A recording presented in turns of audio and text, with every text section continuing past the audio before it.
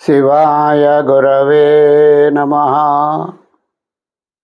అయ్యా, ఇవాళ మనం ప్రవచన భారతిలో భాగంగా దేవయాని కథ చెప్పుకుంటున్నాం. దేవయాని అనగా శుక్రాచార్యుని కుమార్తె. ఆయన గారాల పట్టి ఈ దేవయాని. ఒకే కూతురు అతనికి, అందుచేత ఎంతో గారావంగా పెంచాడు. మిక్కిలి ప్రేమతోటి అభిమానంతో అల్లారు ముద్దుగా పెంచాడు ఆ అమ్మాయిని. ఇక్కడ పెరుగుతూ ఉన్నది ఈ దేవయాని. ఈలోగా దేవతలకి రాక్షసులకి కూడా యుద్ధాలు జరుగుతూ ఉంటాయి. ఎప్పుడూ కూడా వాళ్ళకు కూడా జ్ఞాతి వైరం. దేవతలంటే రాక్షసులకు పడదు, రాక్షసులంటే దేవతలకు పడదు. దేవతలంతా సాత్వికంగా ఉంటారు, వీళ్ళదంతా ఆసురం, రాక్షస కృత్యాలు, రాక్షస భావములు. ఎప్పుడూ హాని చేస్తూ, దుర్మార్గం చేస్తూ, చెడు చేస్తూ, చెడువైపు ఉంటారు వీళ్ళు. అటు దేవతలకి గురువు బృహస్పతి, ఈ రాక్షసులకు గురువు శుక్రాచార్యుడు. ఇద్దరూ కూడా సమఉజ్జీలు. ఆ బృహస్పతి ఎంత గొప్పవాడో ఈ శుక్రాచార్యుడు కూడా అంతే గొప్పవాడు. ఈ ఇద్దరూ కూడా నవగ్రహాలలో ఈ ఇద్దరూ కూడా ఉన్నారు. శుక్రుడు 6వ గ్రహం, బృహస్పతి 5వ గ్రహం. వీళ్ళు ఎప్పుడూ కూడా క్షేమం, ఆ దేవతల క్షేమం కోరుతూ ఉంటాడు ఆయన బృహస్పతి. రాక్షసుల క్షేమం కోరుతూ ఉంటాడు ఈయన. ఎన్ని యుద్ధాలు వీళ్ళు చేసుకున్నప్పటికీ కూడా రాక్షసులదే పైచేయి అవుతోంది. ఎందుకు అవుతుంది అంటే, అదనంగా ఈయన దగ్గర, శుక్రాచార్యుని దగ్గర మృత సంజీవిని అనే విద్య ఉన్నది. ఏమిటండి దాని ఉపయోగము అనగా, ఆ మృత సంజీవిని విద్య ప్రయోగించినట్లయితే చచ్చిపోయిన వాడు లేచి కూర్చుంటాడు. మళ్ళీ యుద్ధంలో చచ్చిపోయినవాడు మళ్ళీ లేస్తాడు. మరి వాళ్ళకి ఈ అవకాశం లేదు. పోనీ వాళ్ళు 100 మంది చచ్చారనుకోండి రాక్షసులు, దేవతలు 10 మందినే పోతారు కదా. ఈ 100 మందికి 100 మందికి బతికించేస్తున్నాడు ఈయన. ఆ 10 మందిలో ఒక్కడు కూడా బతకట్లేదు వాళ్ళకి. క్రమేపీ దేవతల సంఖ్య తగ్గుతూ ఉన్నది, రాక్షసుల సంఖ్య పెరగకపోయినా అలాగా వృద్ధిలోనే ఉన్నది ఈ సంఖ్య. అయితే రాక్షసులు ఇలా ఉన్నారు అని చెప్పి దేవతలకి బెంగ పట్టుకుంది. అయ్యో, మనం ఇలాగా నాశనం అయిపోతున్నామే, ఎలాగా అని చెప్పి వీళ్ళు బాధపడుతూ ఉంటే, అప్పుడు బృహస్పతి చెప్పాడు, మీరు ఇలా విచారించకండి. ఆయన దగ్గర, శుక్రాచార్యుని దగ్గర మృత సంజీవని విద్య ఉన్నది. ఆ విద్య ప్రభావం చేత వాళ్ళంతా బతుకుతున్నారు. మన దగ్గర కూడా ఆ విద్య ఉన్నట్లయితే మన వాళ్ళు బతుకుతారు. మనకి ఆ విద్య ఎలా వస్తుందండి? ఆయన చెప్పడు. అంటే శత్రువుకి ఎవడైనా మంత్రం చెబుతాడా? శత్రువుకి ఎవడైనా ఉపకారం చేస్తాడా? చెయ్యడు కదా. చేస్తే ఏమవుతుంది? వీళ్ళు వాళ్ళు సమాయిపోతారు. యుద్ధాలు జరుగుతుంటే ఎవడు చావుడు కడకి. ఏదో విధంగా ఆ విద్య నేర్చుకోవాలి అని చెప్పి వీళ్ళకి కోరిక కలిగింది దేవతలకి. ఎవరు సమర్థులు అంటే, ఎవరు సమర్థులు? ఆయన దగ్గరికి వెళ్ళి విద్య ఇమ్మంటే ఎవరిస్తారు? ఆయన ఇస్తాడా? అసలు విద్యకి శిష్యుడికం చేయాలి. అది చేర్చుకుంటాడా? ఆయన శిష్యుడి కింద అంగీకరిస్తాడా? తన గురుకులంలో చేర్చుకుంటాడా? ఇవన్నీ సమస్యలే. అయినప్పటికీ కూడా ఏదో విధంగా ప్రయత్నం చేయాలంటే దేవతలంతా అన్నారు కదా, అయ్యా మహానుభావ, బృహస్పతి దేవ, మీ కుమారుడు ఉన్నాడు కదా, ఆయన పేరు కచుడు. అతనిని విద్యాభ్యాసం నిమిత్తం శుక్రాచార్యుని వద్దకు పంపించండి. కొంతకాలానికైనా ఆయన పాత సేవ చేయగా చెబుతాడు కదా. అంటే సరే అని చెప్పి అందరూ ఇతన్ని ఉత్తేజపరిచి, నేనే మనకు ఆ విద్య ఎలాగైనా కావాలి, విద్య ఎవరి దగ్గర ఉన్నా గ్రహించాలట. దాలో విద్య ప్రాధాన్యత అంతా, ఏదో విధంగా అది మనం గ్రహించాలి అని చెప్పి వీళ్ళు శుక్రాచార్యుడి వద్దకి ఆ బృహస్పతి యొక్క పుత్రుడిని కచుడిని పంపించారు. చిన్నగా శుక్రాశ్రమానికి వచ్చాడు ఆయన. అయ్యా మహానుభావ, నేను బృహస్పతి కుమారుడను, నన్ను కచుడు అంటారు. మీ దగ్గర శిష్యరికం చేయడం కోసం వచ్చాను, మీకు సేవ చేసుకోవడం కోసం వచ్చానన్నాడు. మొట్టమొదటి నాకు ఆ మంత్రం కావాలి, మృత సంజీవుని కోసం వచ్చానంటే అవతల బొమ్మంటాడే అని చెప్పడం. అలా అనకుండా విద్యాభ్యాసం చేయాలి, మీకు సేవ చేద్దాం. అంతకే చూసారా, విద్యాభ్యాసం తర్వాత మీ సేవ చేసుకుందాం అనుకున్నట్ట. విద్యకి 3 మార్గాలు. ఒకటి గురు శుశ్రూషయా విద్య అన్నాడు. గురువు గారికి విశేషంగా సేవ చేసి పాదాలు నొక్కుతూ, ఆయన బట్టలు ఉతికి ఆరేస్తూ, ఆయనకి కాళ్ళు పడుతూ, ఆయనకి ఏది అవసరమైతే ఆ సేవ చేస్తూ ఉంటే, ఆయన ఎప్పుడు అనుగ్రహిస్తే అప్పుడు అది నేర్చుకోవాలి మనం. తప్పించిన ఇది చెప్పమని అడగడానికి మాత్రం వీర్లేదు. ఎవరైనా సరే, ఎటువంటి శిష్యుడైనప్పటికీ కూడా గురువుగారు నాకు ఇది కావాలండి చెప్పండి అనడానికి వీర్లేదు. ఆయన ఎప్పుడు అనుమతిస్తే, ఆయనకి ఎప్పుడు బుద్ధి పెడితే అప్పుడు చెబుతాడు ఆయన. అలా చెబితే అది నీకు ఖచ్చితంగా వెంటబడుతుంది, ఆ విద్య నీకు రాణిస్తుంది. ఏమి గురు శుశ్రూషయా విద్య పుష్కలేన ధనేనచ అన్నాడు. గురువుకి విద్యాభ్యాసం అయిన తర్వాత పుష్కలంగా ధనం ఇమ్మన్నాడు. ఈ ధనం అనేటటువంటిది ఎలాగా అంటే, అందరూ కూడా సేవ చేయలేరు. కొందరు చేస్తే చేయవచ్చు, కానీ రాకుమార్తెలు కానీ అక్కడ సేవ చేసే అవకాశం వాళ్ళకు ఉండదు. వాళ్ళు సేవ చేయనివారు కూడాను. వాళ్ళకి ప్రత్యేక శిక్షణ కూడా వాళ్ళకు ఉంటుంది. అంచేత విద్య అయిన తర్వాత వాళ్ళు ఏం చేస్తారంటే, పుష్కలంగా పళ్ళెంతో బంగారు నాణాలు తెచ్చి గురువు గారికి సమర్పిస్తారు. ఆ ధనమంతా ఆయన ఈ విద్యార్థుల యొక్క భత్యమును ఖర్చు పెడుతూ ఉంటాడు. ఇది శుభ్రంగా వాళ్ళ ఖర్చులు పెట్టేస్తాడు. లేదా అక్కడ ఆ డబ్బు ఆ ధనం సరిపోకపోతే రాజుగారి దివాణంలోంచి పెడుతూ ఉంటుంది వాళ్ళకి పోషణకి. ఏదో తిండికి కావాలి కదండి. సరే, అది 2వ మార్గం.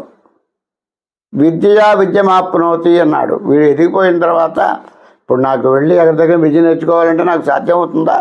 వయసు అయిపోయింది. కాబట్టి ఏం చేయాలండి, ఎవరి దగ్గరైనా సమ విద్యను చూసుకుని, అయ్యా మీ దగ్గర ఉన్న విద్య నాకు ఇవ్వండి, నా దగ్గర ఉన్నది మీకు ఇస్తాను, అన్యోన్య సహాయం చేత అన్యోన్యంగా ఇచ్చి పుచ్చుకోవడం. ఇది 3వ పద్ధతి. చతుర్థి నోపలభ్యతే, 4వ మార్గము లేదుగాక లేదు. అంచేత ఈయన వినయంగా వచ్చి, అయ్యా నాకు మీ సేవ చేసుకునే భాగ్యం కలగజేయండి అన్నాడు. అంటే మీ శిష్యుడిగా అంగీకరించనంటే ఎంతో వినయంతో వచ్చాడు కాబట్టి ముఖంలో తేజస్సు ఉట్టిపడుతుంది. అంచేత సామాన్యుడు అంటే ఆయన సాక్షాత్తు దేవగురువు, దేవతల గురువు అయినటువంటి బృహస్పతి కుమారుడు. అప్పటి నుంచి ఆయన ఆ గురువుగారి సేవ చేస్తూ ఆ సేవలో తరిస్తూ ఉన్నాడు. ఎప్పుడైనా ఏదైనా చెబితే గ్రహించడం, తనకు తెలుసుందైనా సరే, అయ్యా నాకు తెలుసండి విద్య అని అనకూడదు. నిర్లక్ష్యం వచ్చేస్తుంది మళ్ళీ. అది ఏమనుగ్రహిస్తే అది పొందడమే మనం. ఏ గురువు దగ్గరైనా సరే అదే విధానం. ఇలాగా సరే కొంతకాలం గడిచింది. కొంతకాలం గడిస్తే ఈ గురుపుత్రిక దేవయాని అని చెప్పాం కదా, ఆ గురుపుత్రిక కొంతకాలానికి ఈ ఇతని మీద మనస్సు పడిందండి. ఎవరి మీద? కచుడు మీద మనస్సు పడింది. కచుడు యొక్క ప్రేమలో పడింది. ఏమి కచుడుతోటే మాట్లాడాలి, అతనితోటే మాట్లాడాలి, అతనితోటే కూర్చొని భోజనం చేయాలి, అతనితోటే తిరగాలి, అలా అలా ఆలోచనలు అలా వచ్చేసాయి. కానీ కచుడికి మాత్రం ఎటువంటి భావము లేదు. గురుపుత్రిక అంటే భగిని, తోబుట్టువుతో సమానం. ఏ గురుపుత్రికైనప్పటికీ కూడా, ఏ శిష్యుడికైనా గురుపుత్రిక సోదరితో సమానము, గురు సంతానము సోదరులతో సమానము. అదే భావం ఉండాలి. ఇంకో భావం ఉన్నట్లయితే ఆ విద్య వీడికి రాదు, వచ్చిన విద్య రాణించదు, పతనానికి విడిపోతాడు వీడు. ఈ విషయం బాగా తెలుసు కచుడికి. అంచేత ఎటువంటి వికారము చెందకుండా, అమ్మాయి ఎంత కవించినప్పటికీ కూడా ఎటువంటి వికారము మనోవికారము లేక హాయిగా తన పని తాను చేసుకుంటూ ఉన్నాడు. ఇలా ఉండగా అప్పటి కాలధర్మం ఏమిటయ్యా అంటే ధర్మం అనేటటువంటిది కాలానుగుణ్యంగా మారుతూ ఉంటుంది. అన్ని కాలములందు ఒకే ధర్మము ఆచరణ యోగ్యము కాదు, ఆచరణ సాధ్యం కాదు. కాలం మారుతోందా, ధర్మం కూడా మార్పులు చేర్పులు వస్తాయి. ఎప్పుడో సహగమనం చేశారండి, మరి ఇవాళ చేస్తున్నారా? చేయనిస్తారా? సంఘం ఒప్పుకుంటుందా? లేదు. బహుభార్యత్వం కొంతకాలం క్రితం ఉన్నది, చాలా కాలం క్రితం ఉన్నది. ఇవాళ ఎవరు చెయ్యలేరు, చేసినా ప్రభుత్వం కూడా అంగీకరించదు.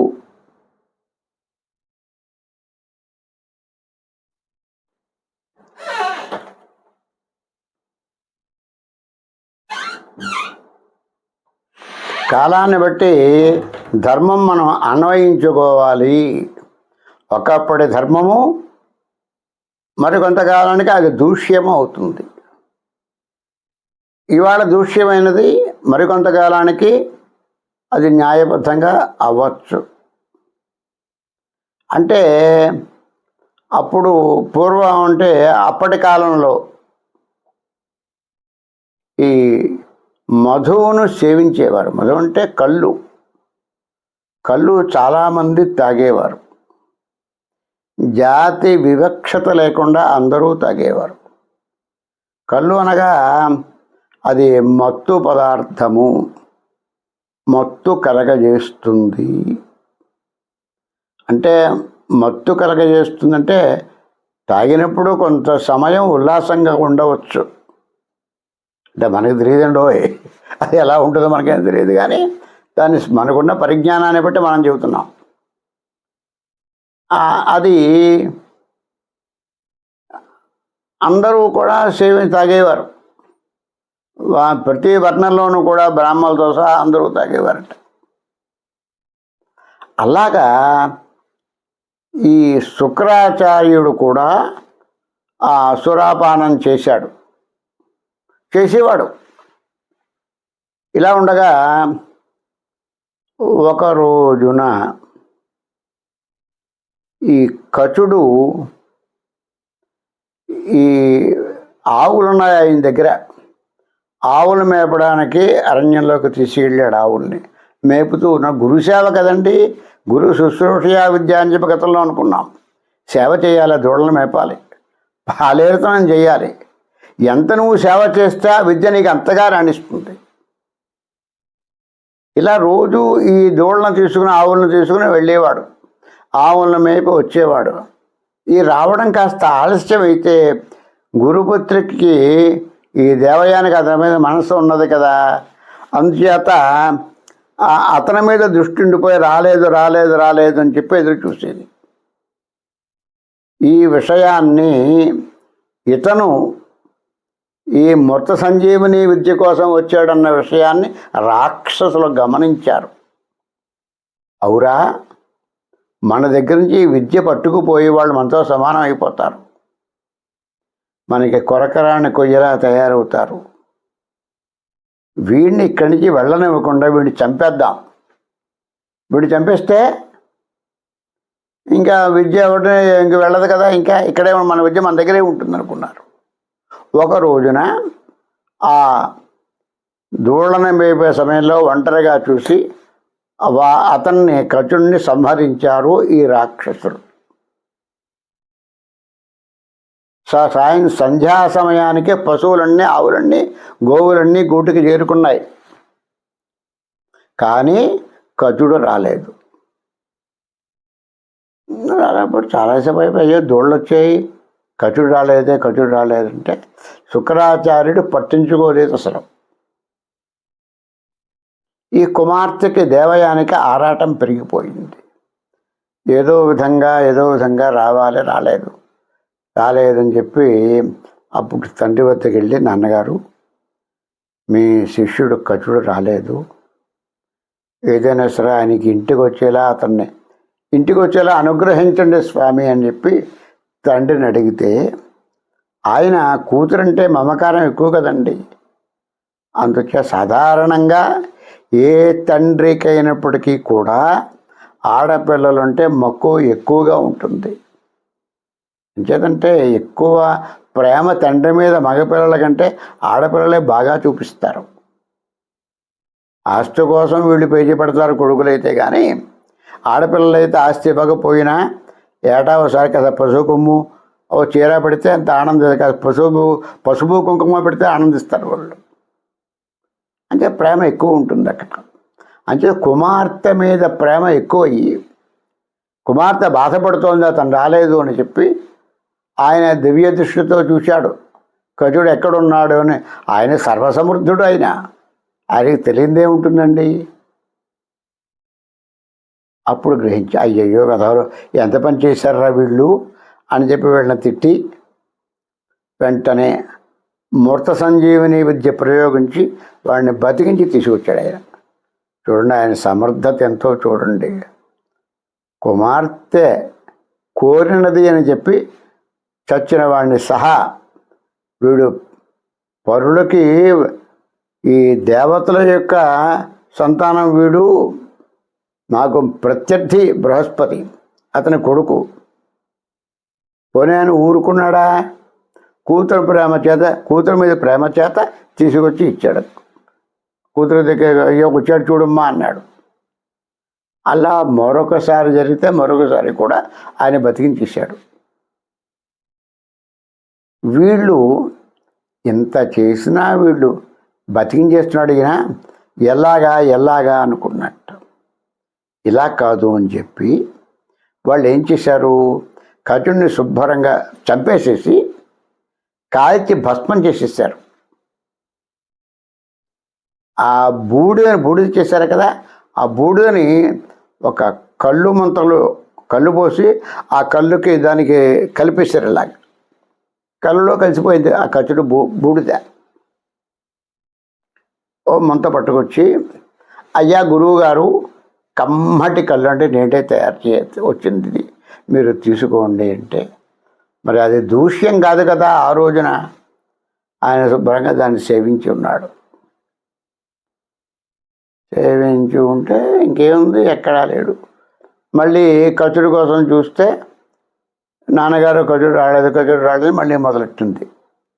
ఎక్కడ చూసినా ఎంతసేపు చూసినా వాడు రాలేదు. ఈయన దివ్య దృష్టితో చూశాడు. ఎక్కడైనా ఉంటే కదా కనపడడానికి. తన కుక్షిలో ఉన్నాడు, తన పట్ట తన లోపలికి ఎలా చూసుకుంటాడు. ఇక్కడ ఉన్నాడు అన్న ఆలోచన లేదు. మొత్తం భూలోకం అంతా గమనించాడండి. అణువు మొదలు అజాండము వరకు వెతికాడు. పిపీలకం లగాయతూ బ్రహ్మ పర్యంతం వెతికాడు. ఏ మూల ఎక్కడా లేటితనం. బాగా ఆలోచించాడు. ఏమైనట్లు అని చెప్పి, కళ్ళు తాగాం కదా, రుచి ఏదో తేడా ఉన్నది.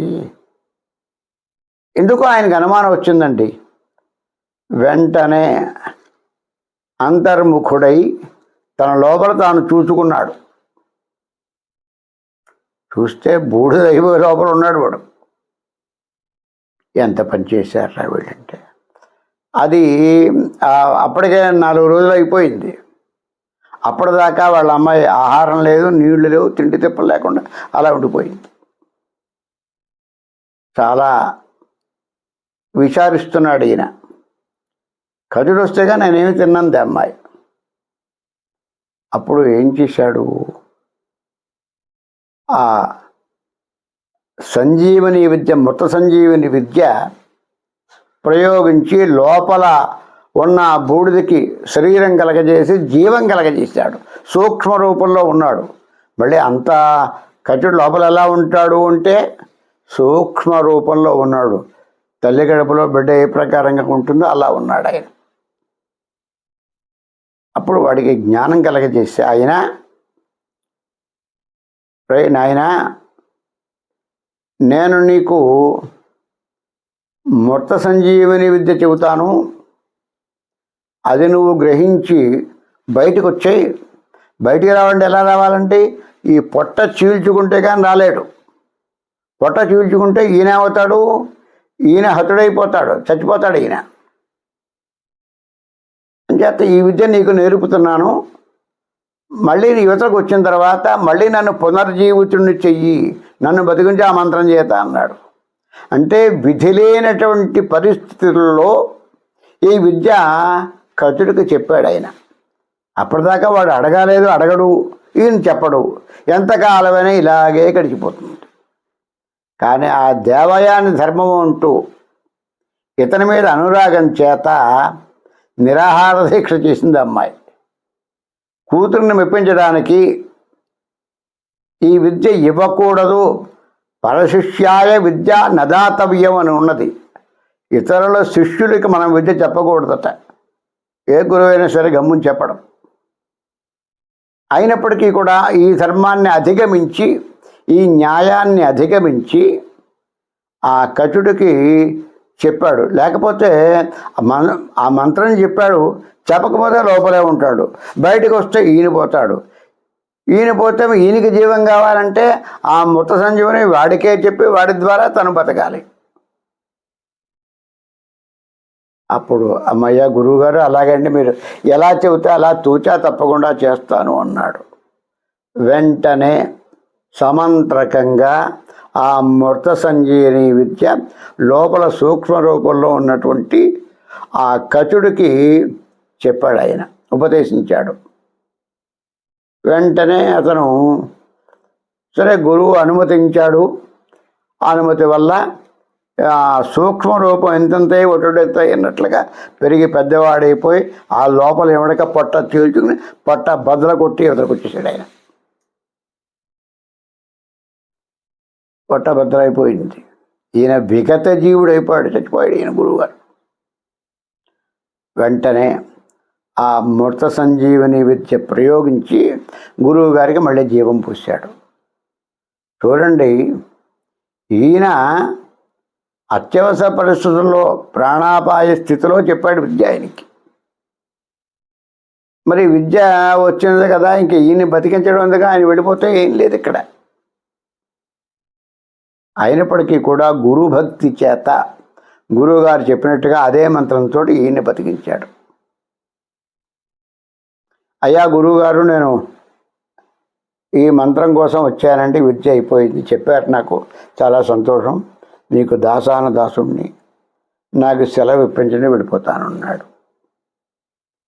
సరే నాయన, నీ ఇష్టం రా, జాగ్రత్తగా ఉండు అని చెప్పాడు ఈయన. ఆ ద్వారం దగ్గర దేవయాని ఎదురు చూస్తూ ఉన్నది.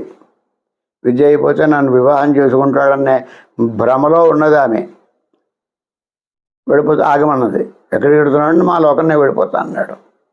అలా పెడితే ఎలాగా, నేను నీ మీద మనసు పెట్టుకున్నాను, నువ్వు చచ్చిపోయినా సరే నా తండ్రి చేత నీకు జీవం పోయించాను, లేకపోతే ఎప్పుడో చచ్చిపోదువు నువ్వు, అంచేత నా మాట కాదనక నన్ను పాణిగ్రహం చేసుకో, నన్ను పరిగ్రహించు, నన్ను వివాహం చేసుకో, మనం కాపురం చేద్దామంటే, తల్లి నువ్వు ఆ మాట అనరాదు, నేను వినరాదు, గురుపుత్రిక నాకు సహోదరవి, భగినివి బ్రహ్మపదం వస్తుందన్నా కూడా ఈ అకృత్యాన్ని నేను అంగీకరించను, నాకు అవసరం లేదు, నన్ను మన్నించు, నేను నీకు సోదరుడుగా భావించినన్ను నువ్వు, నీకు నేను సోదరుడును. ఎంత చెప్పినా సరే ఆ మోహం నుంచి ఆమె బయటికి రాలేకపోయింది. చెప్పింది చెప్పింది చెప్పింది. ఇతను వినడుగాక వినడు అన్నాడు. ధర్మద్రోహం చెయ్యను, ధర్మాన్ని అతిక్రమించను, నేను నమ్మిన ధర్మానికి కట్టుబడి ఉంటాను, నన్ను విడిచిపెట్టు తల్లి అన్నాడు. చెప్పింది చెప్పగా చెప్పగా స్త్రీలకి సాధారణంగా ఏదైనా ఒక విషయాన్ని పట్టుబట్టి అడిగారనుకోండి, కాదు కాదు కాదు అని చెప్పి ఎంత గట్టిగా చెప్పినా ఇంకా వినకపోతే ఈ ఉన్న ప్రేమ, ఉన్న అభిమానము అది ద్వేషంగా మారిపోతుంది, శత్రువుగా మారిపోతారట. అదే జరిగింది ఇక్కడ. మూర్ఖుడా, నీకు సాధ్యం కాని విద్య నా వల్ల నువ్వు సంగ్రహించావు, అది సంగ్రహించడానికి నేను కారణమయ్యాను. ఆ మాత్రమే తెలియదా నీకు?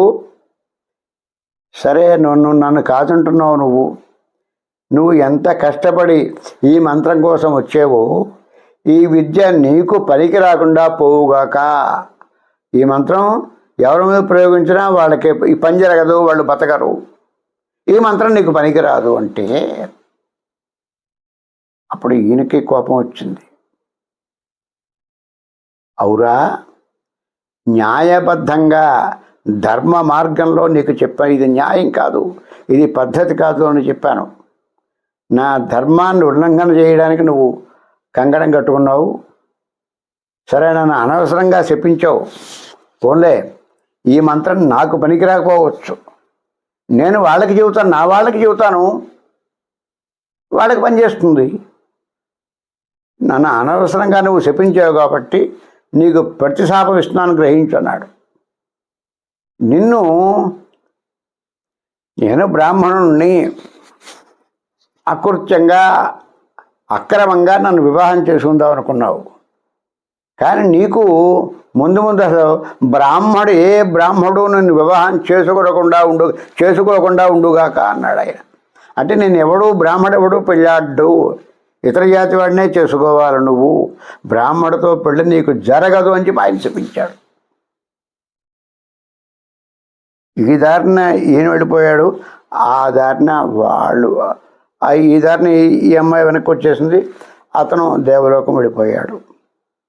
మరి తర్వాయి భాగం చెప్పుకుందాం. స్వస్తి.